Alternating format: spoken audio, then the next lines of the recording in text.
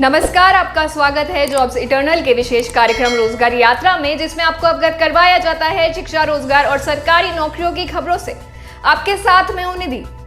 बात करते हैं आज की प्रमुख खबरों की। उत्तर प्रदेश माध्यमिक शिक्षा परिषद यानी कि यूपीएमएसपी ने 10वीं और 12वीं के 56,278 लाख स्टूडेंट्स का रिजल्ट जारी कर दिया है। कोरोना काल में परीक्षा का आयोजन नहीं किया गया था और इंटरनल असेसमेंट पॉलिसी के आधार पर रिजल्ट जारी किया गया। ऐसे में 55,36,868 स्टूडेंट्स पास हो गए, लेकिन 69,410 स्टूडेंट्स फेल हो गए। आपको बता दें कि इस बार यूपी बोर्ड 10वीं में कुल 29,96,031 विद्यार्थियों ने रजिस्ट्रेशन करवाया था। इनमें से 29,82,055 विद्यार्थियों को पास किया गया। वहीं यूपी बोर्ड 12वीं में कुल 26,10,247 विद्यार्थियों ने रजिस्ट्रेशन करवाया था। इनमें से 25,54,813 स्टूडेंट्स को पास किया गया। खास बात यह कि बोर्ड ने बताया कि 10वीं में 82,238 और 12वीं में 62,506 छात्र छात्राओं को सामान्य प्रोन्नति दी गई है। यूपी बोर्ड ने 10वीं और 12वीं के कुल मिलाकर 69,410 स्टूडेंट्स को फेल किया है या कुछ के रिजल्ट्स रोक दिए। इसके पीछे यूपी बोर्ड का कहना है कि अनुत्तीर्ण परीक्षार्थियों में वैसे स्टूडेंट्स हैं जो कई एग्जाम्स में या तो अनुपस्थित रहे या फिर उनके रिजल्ट लंबित हैं। यूपी बोर्ड का तर्क है कि ये ऐसे स्टूडेंट्स हैं जिनके या तो अभिलेख पूरे नहीं है या फिर उनके अंकपत्र और अन्य विवरण गलत हैं। इन सभी बातों से एक बात साफ पता चलती है कि देश के अलग अलग राज्यों में जो शिक्षा का हाल है उसमें बहुत अंतर है। जहां एक तरफ कुछ दिन पहले जारी हरियाणा बोर्ड के रिजल्ट में 100% स्टूडेंट्स को पास किया गया, वहीं यूपी बोर्ड ने 60,000 छात्रों को फेल कर दिया। दो अलग अलग राज्यों के अलग अलग परिणामों को देखकर यह साफ नजर आता है कि देश में शिक्षा व्यवस्था सही नहीं चल रही। इस बात का अंदाजा इस बात से भी लगाया जा सकता है कि दोनों ही राज्यों में परीक्षा रद्द की गई थी, लेकिन एक जगह सभी को पास किया जा रहा है, वहीं दूसरी जगह छात्रों को फेल किया जा रहा है। अगर यूपी बोर्ड की दी हुई सफाई को मान भी लिया जाए कि छात्रों के अंकपत्र या अन्य विवरण गलत हैं, तो इसमें छात्रों की क्या गलती है? इसमें गलती या तो बोर्ड की है या फिर स्कूलों की, लेकिन इसका परिणाम स्टूडेंट्स को भुगतना पड़ रहा है। क्या है इस बारे में आपकी राय? हमें कमेंट करके जरूर बताइए। अब बढ़ते हैं अगली खबर की ओर। उत्तर प्रदेश शिक्षक पात्रता परीक्षा यानी कि यूपीटीईटी 2021 परीक्षा शेड्यूल का इंतजार कर रहे युवाओं के लिए जल्द ही अच्छी खबर आ सकती है, क्योंकि बोर्ड यूपीबीबी वर्सेस उत्तर प्रदेश सरकार को यूपीटीईटी एग्जाम आयोजन से संबंधित प्रस्ताव भेजा। इसलिए यूपीटीईटी 2021 एग्जाम का रिवाइज शेड्यूल जल्द ही आधिकारिक वेबसाइट पर जारी होने की उम्मीद की जा रही है। इससे पहले यूपीबीबी ने 15 मार्च 2021 को यूपीटीईटी 2021 एग्जाम शेड्यूल जारी किया था, जिसके अनुसार यूपीटीईटी 2021 की नोटिफिकेशन 11 मई को जारी होनी थी और आवेदन 18 मई से 1 जून 2021 तक शुरू होने की उम्मीद थी। एग्जाम शेड्यूल के मुताबिक यूपीटीईटी 2021 परीक्षा 25 जुलाई को आयोजित होनी थी, लेकिन कोविड-19 की दूसरी लहर के मद्देनजर अधिकारियों ने यूपीटीईटी परीक्षा को स्थगित कर दिया था। उम्मीदवारों को अब नए एग्जाम शेड्यूल का बेसब्री से इंतजार है। मीडिया रिपोर्ट्स के मुताबिक यूपी के मुख्यमंत्री योगी आदित्यनाथ ने भी अधिकारियों को दिसंबर 2021 तक यूपीटीईटी 2021 भर्ती प्रक्रिया को पूरा करने का निर्देश दिया है। माना जा रहा है कि यूपी सरकार उत्तर प्रदेश विधानसभा चुनाव से पहले यूपीटीईटी 2021 परीक्षा आयोजित करवाना चाहती है। इससे उम्मीद की जा रही है कि यूपीटीईटी 2021 एग्जाम का आयोजन दिसंबर में हो सकता है।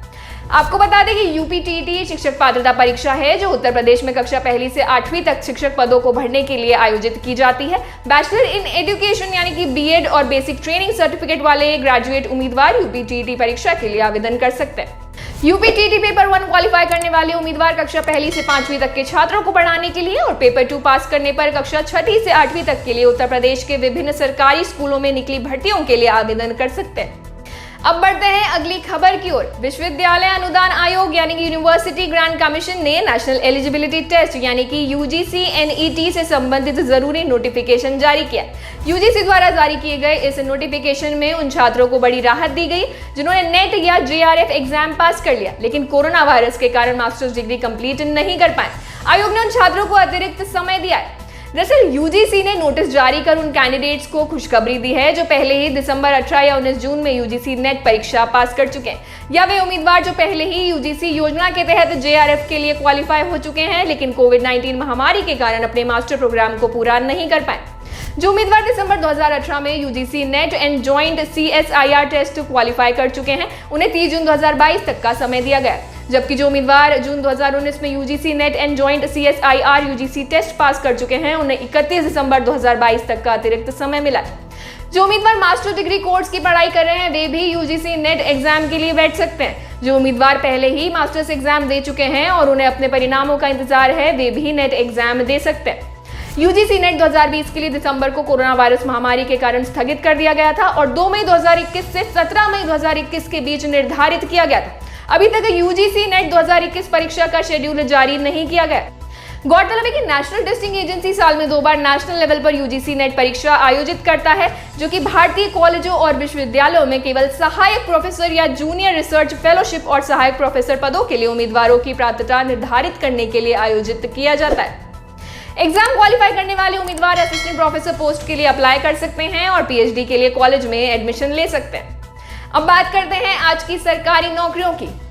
ओडिशा पब्लिक सर्विस कमीशन ने असिस्टेंट प्रोफेसर पद की 350 रिक्तियों पर भर्ती के लिए आवेदन आमंत्रित किए हैं। इच्छुक और योग्य उम्मीदवार 25 अगस्त से 24 सितंबर 2021 तक ऑनलाइन आवेदन कर सकते हैं।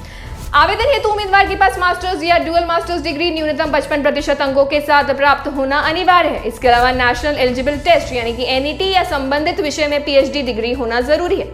योग्यता मापदंड की विस्तृत सूचना और आवेदन के लिए आप जॉब्स इटर्नल की वेबसाइट पर जा सकते हैं। Mumbai metro rail corporation limited यानी कि MMRCL ने जूनियर इंजीनियर और डेप्यूटी इंजीनियर पदों पर भर्ती के लिए आवेदन मांगे हैं। इच्छुक और योग्य उम्मीदवार 21 अगस्त से 31 अगस्त 2021 तक ऑनलाइन आवेदन कर सकते हैं।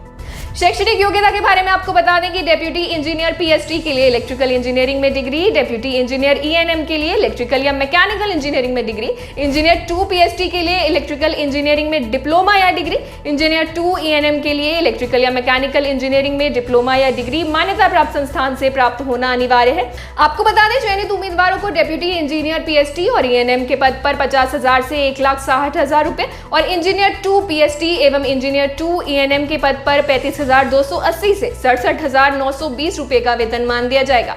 इस भर्ती की संपूर्ण जानकारी के लिए आप जॉब्स इटर्नल की वेबसाइट पर जा सकते हैं। आज की रोजगार यात्रा में बस इतना ही। किसी भी सरकारी नौकरी की जानकारी और आवेदन हेतु आप डिस्क्रिप्शन में दिए गए लिंक पर क्लिक कर हमारी ऑफिशियल वेबसाइट jobseternal.com पर जा सकते हैं। अगर आपको ये कार्यक्रम पसंद आया हो या इससे आपकी या किसी और की सहायता होती है तो इसे लाइक और शेयर करें। साथ ही शिक्षा और रोजगार की खबरों से अवगत रहने के लिए हमारे चैनल को सब्सक्राइब जरूर करें। धन्यवाद।